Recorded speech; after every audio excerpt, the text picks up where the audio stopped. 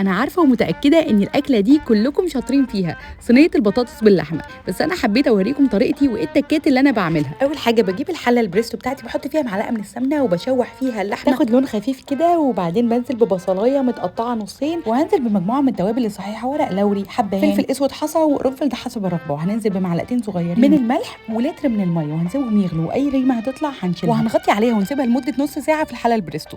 وهنجيب مجموعه من الخضار، بصلايه متقطعه جوانح، طماطمايه متقطعه ترانشات، فلفل رومي متقطع حلقات، وهننزل عليه بفصين من الثوم، نص معلقه صغيره من الملح، وربع معلقه من الفلفل الاسود، ونص معلقه من مرقه الخضار او اي مرقه فوريه متاحه عندنا. هندعك الخضار كويس جدا، وهننزل عليه بحلقات البطاطس اللي مقطعينها بسمك كده. هنجيب صينيه بتدخل الفرن، وهنحط البطاطس والخضار بتاعنا ونقلبه كويس جدا مع بعض.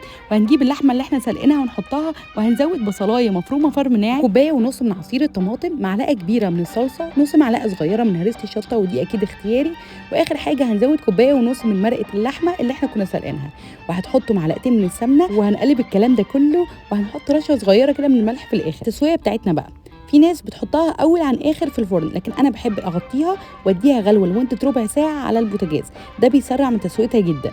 بعد ما اديناها ربع ساعه على البوتاجاز بالشكل ده، هندخلها الفرن لمده نص ساعه، وهنفتح الشوايه اخر 10 دقائق تاخد لون، وبجد بتطلع خطيره ودايبه وطعمها حلو جدا.